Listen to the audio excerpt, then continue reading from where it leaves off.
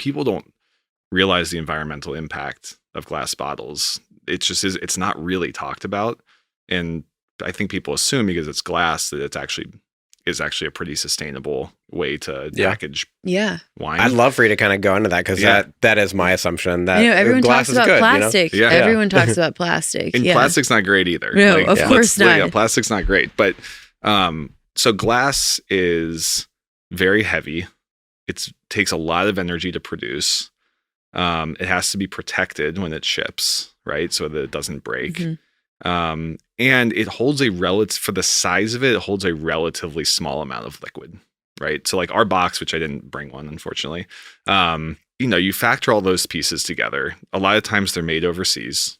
They're shipped on freight ships empty with a bunch of styrofoam that's protecting it from breaking. It shows up on the shores. It has to be put in a truck and taken to whatever distributor, which then sells them out to wineries. Then they're filled. You need corks, which is also not that great for the environment. And then they need to be protected again and distributed out. So there's a lot of touch points. They're really heavy. They've got to be protected. And then unfortunately, the EPA says that less than a third of glass bottles are recycled. The real number is likely far fewer than that are like properly recycled.